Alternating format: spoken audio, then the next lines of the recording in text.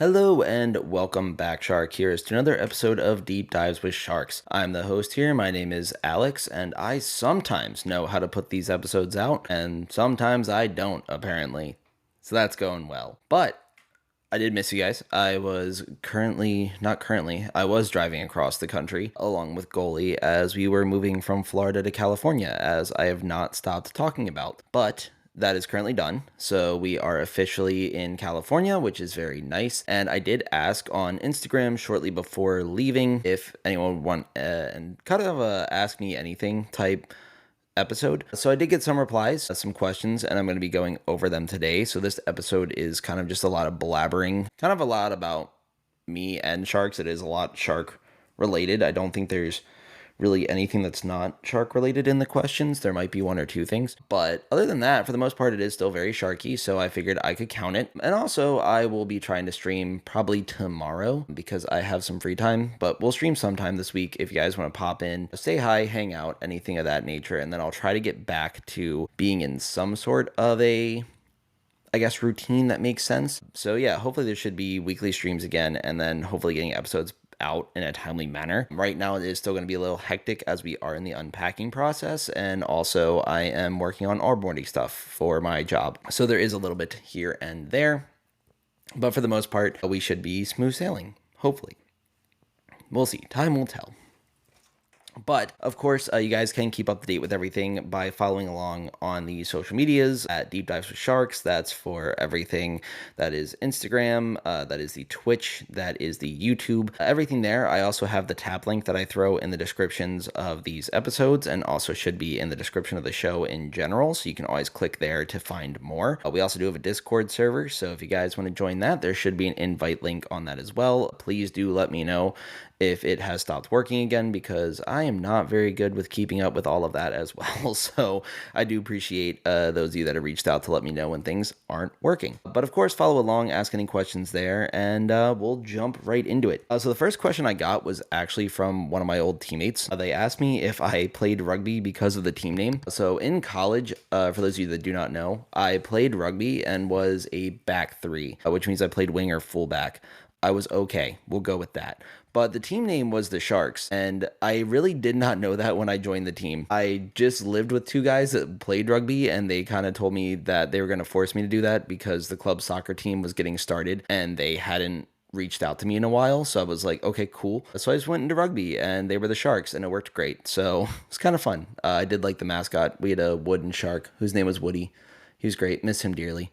Also, our coach just got inducted into our school Hall of Fame, so congrats to him as well, although I don't think he listens at all, but my goodness. Now, next question I got, though, is least favorite shark. Now, that one was interesting because I, of course, love all the sharks. That's why I did a podcast about them. I find any shark really interesting, so I do want to say that I do sort of have a least favorite shark, but I do enjoy seeing them no matter what. And I will have an explanation. It is the sand tiger shark. I almost said nurse. I do like nurse sharks a lot, but it's a sand tiger shark. And it is simply because all the aquariums that I went to growing up, it's one of the most abundant sharks in captivity. You just kind of see them everywhere, at least between the Baltimore Aquarium, the Tampa or the Florida Aquarium in Tampa. I believe the New Jersey Aquarium had it, Adventure Aquarium. So there's just like all the aquariums I'd been to. I think I'm trying to remember if Virginia Beach had one. I can't remember. I've only been there once, but all of them, they or the most of them, I'll say, had sand tiger sharks. So it's kind of one of those where I've seen them. It's like I do still love them, but it is one that I've just seen a lot, and I don't get bored seeing them because, of course, every shark has a different personality.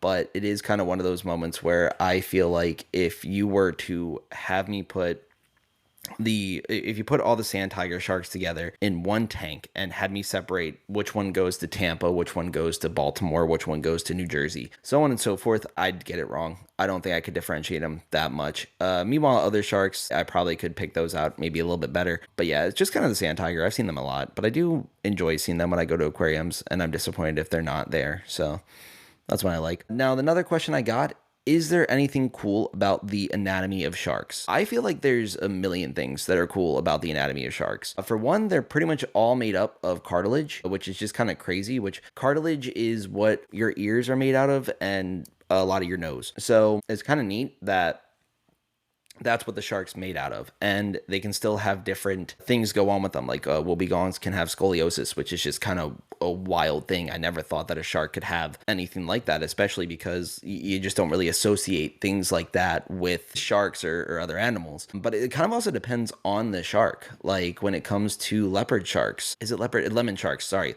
lemon sharks have that spiracle behind their eye that help them to breathe more. Wobegongs, they're tassels that flow in the currents, that way they mimic corals, and fish feel safer. And the fact that goblin sharks can lunge their jaws out, and epaulet sharks are able to crawl on land. The list keeps going on. The fact that whale sharks are carpet sharks, even though you don't see them really at the bottom of the ocean, or at least no one has seen them at the bottom of the ocean at this point. It's just kind of those sorts of things are absolutely crazy to me. And it's really cool just to kind of think about, because every shark is kind of the same at its base. It's got some fins, it's got the distinct dorsal fin, it's got the body shapes that are somewhat similar to their features, whether they're a carpet shark, a requiem shark, anything like that. Or I guess you'd say the family of shark that they're in, but they're not really, it's just very different per shark. Because I mean, the fact that goblin sharks as well, when we see them up at the surface, we're like, these guys are really wrinkly and weird. And then you realize when they're down, the pressure is different. So they're actually rather round shaped. They're bulbous, you can say. But it's just really cool how the different sharks all have different anatomies and different features. And that goes for really any sea creature too. I mean, I think the anatomy of all sea creatures is incredible. The fact that cuttlefish have a bone that is essentially their entire body. Octopi have 3 hearts and one stops beating while they're swimming. I could go, the fact that octopi have a beak, that's crazy. But I could honestly just keep going on and on and on about how cool sharks are forever. But that's kind of why I also started this podcast, is to kind of highlight some of the things that are neat about sharks, because that's a lot of the times what I like to tell people is cool anatomy facts, or how the shark got their name. I like how I said I could keep going on, and I still am. I think it's really cool that cookie cutter sharks have that darker band around their neck to try to lure in prey. The fact that there are sharks that are bioluminescent, so they glow against the surface. There's a lantern shark. Recently, when we were going into a Buc-ee's, goalie comes over and goes, "Look what I found." And it was an ultimate field guide for sharks. And it was, of course, I bought it in a heartbeat, which was funny because she said she was supposed to buy it for me and then got distracted because it's Buc-ee's, and who does not get distracted in Buc-ee's? But just even flipping through, there were so many things that I didn't know about sharks that I learned in that moment. And one's got, I forget what it's called. It's like, I think some sort of lantern shark. I can't remember exactly, but essentially it secretes something that just has bioluminescence, so it glows behind it, almost like it has just a trail of sparkles, which is just really, really cool to see. So that's probably one of the neat things to learn. And I say that there's everything cool about the anatomy of sharks. I definitely recommend, if there's ones that you want to learn more about, or if you ever have a question of like, is there any shark that does this? I mean, definitely looking into that, because I can almost guarantee there's a shark that probably has something that it might be extinct, but you could probably Google, does a shark have this or this feature or that feature? And at some point in history, a shark did have that, which is rather cool. So there's many, many things that are cool about the anatomy of sharks. And now this one I think is a very deep question, a very driven question, which I love. And they asked, what would you say to a young teen who wants to find a career in shark research? So for one, I'd say that's a great question, because that is a question that I myself had when I was younger and never really found an answer until, I guess, now. Because I mean,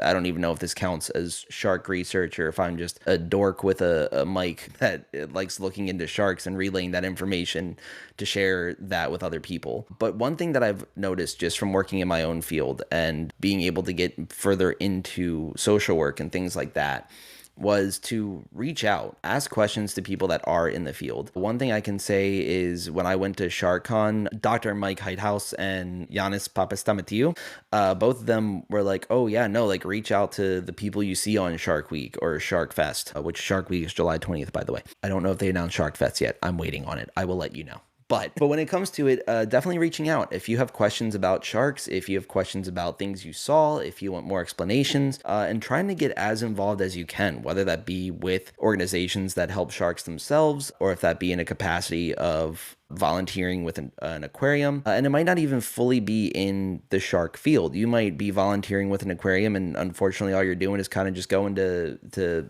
different schools and helping to hand out information or things like that. But getting involved is a great way to dip your toe in and see, is this something that I actually think I want to have a career in? Because that is also a big decision, and I will not discourage anyone from trying any sort of career field. There we go. That was a tough phrase, but any sort of career field, because there's many things that people don't know what they'll end up loving. So I always say, just go out and try it. Talk to people that are in positions that you would love to have. One thing I did, I sometimes it doesn't work out though, because I know that the last episode was an open love letter to the Baltimore Aquarium, but I got a couple bones to pick with them because I applied there when I got into grad school, or was looking to get into grad school, and wanted a job that'd be easier than the one I had at the time. And I was even willing to work in their gift shop, and they said no. Okay, great. So they didn't want that. I applied to be on their customer service team. They said no to that as well. So there were many times that I was told no by the Baltimore Aquarium, and that's not me having beef with them. That's just the matter of the fact. And I tried reaching out for volunteer opportunities, and they were full up on volunteers at that time as well. So sometimes it doesn't work out, but don't really take no for an answer. And I'm not saying go harass them or any organization you're trying to work for. But one thing I will say, I even reached out to the aquarium to see if any of their shark team would want to be interviewed for the podcast, and they didn't reply. Well, they said they'd ask, and I never heard back. So we'll ask again. But the thing is, for me, that was just kind of a sign okay, maybe this isn't something I should pursue further with them, because that's just not, the door seems to be shutting, and let's go look elsewhere. And things happen for reasons. We ended up where we ended up. But I will say, definitely reach out to those that are in the positions that you would want to have and ask them what they did. Because like I said, I am not working in the shark field. I just do a podcast that talks about sharks, and I get a lot of my information from the internet, as well as trying to talk to shark experts and asking them questions and then relaying that information. So a lot of it comes from them, and I'm just putting it in ways that make sense. So definitely reach out to them. If you have a favorite shark expert, even if it's a videographer or someone like that, don't be afraid to reach out to them. The worst thing that happens is they either don't answer, or they tell you you're doing something wrong. But even that can be beneficial in the sense of letting you know, hey, I'm going about this the wrong way and I need to change course. So don't take that rejection as a no, or as it should never happen, or as you're doing something wrong and you're a bad person, because that's not the case. It's very much just always learning, always trying to find more ways to work with sharks, and also finding ways to get into that field, which I hope that made sense. But no, in my case, I had to have multiple internships for my schooling, and there were a couple different paths that I was considering at the time, which was counseling and hospice work. And I kind of ended up falling into hospice, thinking I wanted to do counseling more, but I very much have loved working in hospice and have kind of just kept doing it since then. So it's worked great. And sometimes we kind of just fall into things like, you may get out there and want to keep working with sharks. One thing that I will say that I learned while at SharkCon is that there's not really a true shark-only scientist, so you would still have to do more marine biology work, but definitely having things that kind of work. I've had shark heroes ask about being a sharkologist and things like that, which would be incredible, which I don't really think there's exactly a field at this time, but I haven't looked completely into it. So it's definitely possible, and I think that just dipping your toe in the water, trying to reach out to people, asking questions at aquariums or with organizations that work with sharks, and even talking to those that you're not too fond of as well, figuring out, oh, well, how did people end up here? So I don't exactly do that. Because even sometimes learning what not to do is just as helpful as learning what to do. But yeah, I will say, don't close any doors, burn any bridges, anything like that. Just always keep searching and keep trying to reach out to people and figure out what there is to do. But yeah, and also let me know how it goes, because I'm very curious, because I'd very much love to figure that one out.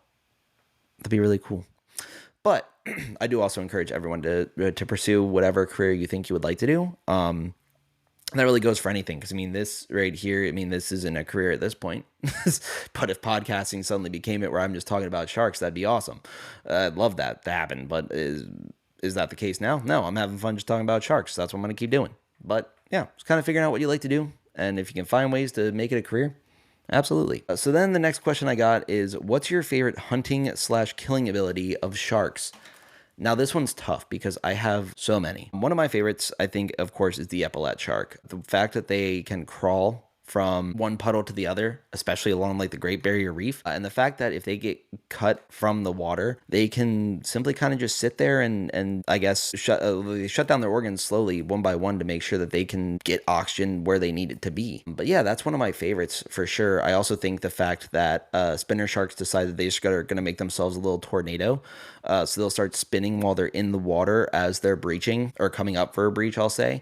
So then that way when they hit the air, they're already spinning. That's just kind of funny because, of course, like that, I guess, helps to also disorient their prey. Because, I mean, something's coming at you and it's spinning. You have no idea which way it's going to go. So at that point, you really can't get away. You can try one way, but they're already spinning, so they can adjust. So you're kind of in trouble that way. I will say the goblin shark being able to lunge its jaws out, that one's just nuts. Because that there, of course, like where in nature do you see that besides in a goblin shark? Like suddenly its jaws 3 inches further away than it was before. That's hacks. That's cheating. Are you kidding me? Then you also have the wobegongs. Those are insane too. I bring them up a bunch, especially just having that adaptation of having the tassels that mimic the coral. So they can just sit there for hours and just have to breathe, which is kind of like their only movement. And then they'll sit there and wait for fish to hang around them, and then they just snatch one so fast that the others can't even see what happened, and they're suddenly like, well, where'd Bob go? He was just here. But yeah, suddenly, and then they have fangs to hold on to them, so if they have a meal and they're not hungry, but they're going to have some later, they can just keep doing that. It's so wild. There's so many. The fact that reef sharks all team up together, not all of them, but a lot of species will team up together to help hunt, so that way everyone gets some food. That's crazy cool to me as well, and it's so wild. That's definitely one of my a lot of my favorites. I like how it said, what's your favorite? I can't pick one. There's so many. And of course, when it comes to, I mean, this is all the non-filter feeders, but for the filter feeders like basking sharks and whale sharks, I mean, the fact that they can do active or passive ventilation to help eat their food, the fact that whale sharks can suck water in and create essentially a funnel and a vacuum that just traps up all that krill, on top of having their 300 rows of teeth that kind of just help to filter out some of the stuff. But their gills are also made to help filter all that out so they can push the water out but keep the food in. That's just crazy. And then, of course, when it comes to basking sharks having that massive Muppet shaped mouth, that Muppet face they have, where it's just huge. It's a giant circle coming at you. It's crazy. And the fact that they can't eat us either because their throats are so small. So the most they do is be like, dear God, what is this thing in my mouth? Get out. But they wouldn't really bite you or anything because they can't. There's not really teeth that do anything from what researchers have found so far. I mean, they found tiny ones, but they don't really seem to make a difference one way or another. So there's just so many different things when it comes to hunting slash killing abilities for sharks. I will say the neat thing, though, one that's really overlooked, and I think people often are like, yeah, you've seen it. But when great whites are able to, like the fact that their teeth are all made for cutting and ripping, similar to other sharks, how makos have smaller teeth, which is better for like speed-based, like grabbing and poking and shredding, stuff like that. But especially when it comes to great whites, how they can bite and then they can shake their head, which many sharks don't tend to do when they eat. But the fact that they can grab onto whale blubber and just keep going back and forth until that chunk rips off. Or you'll see like the tiger sharks and the great whites have different bites based on their silica gel that they bite. And you can tell which one it is based on the bite pattern. So things like that, just the adaptations that they have there are crazy cool as well. And just the fact that they are designed to do that, because I mean, you don't see too much. I mean, even in like land animals, you don't see too many that their whole hunting ability is just bite, rip, and tear.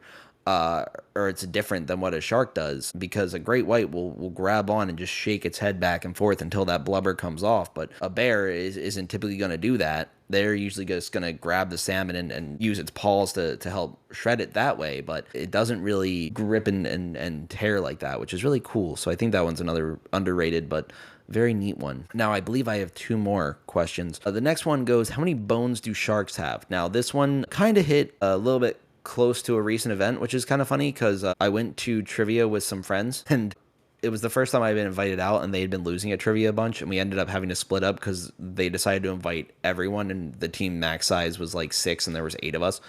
But question number like 3 was, how many bones do sharks have? And immediately the other half of the team that didn't have me was like, this is just not fair. So immediately everyone looked at me, and I'm like, well, they have a jaw, which is 1, technically.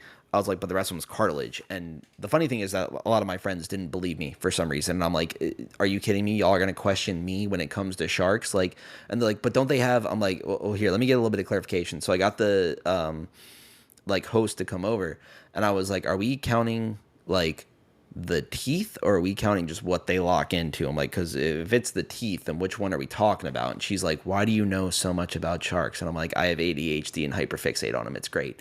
But it is one of those things that it's if we're counting teeth, it depends on the shark, because some people count each tooth as a bone. Other people just count the jaws, which some people don't even count the jaws, which is weird. So they pretty much have one bone, and it's their jaw. I do, at least that I know of. There might be sharks out there that have bones, but I think for the most part, they all are just cartilage. I haven't come across a shark in my research that has bones other than a jaw. So that's kind of the only thing I got for right now. But maybe we'll find out in the future. Yeah, we'll see what happens. But next up, the last question I got, and this one comes from one of the people that hang out and stream the most. They recently found out they're going to be able to get a tattoo, and they asked me what tattoo they should get. I like how I said I want another tattoo. Anyway, I always go with a woebegong. Woebegongs are really cool. I definitely think they're a conversation starter. Epaulets as well.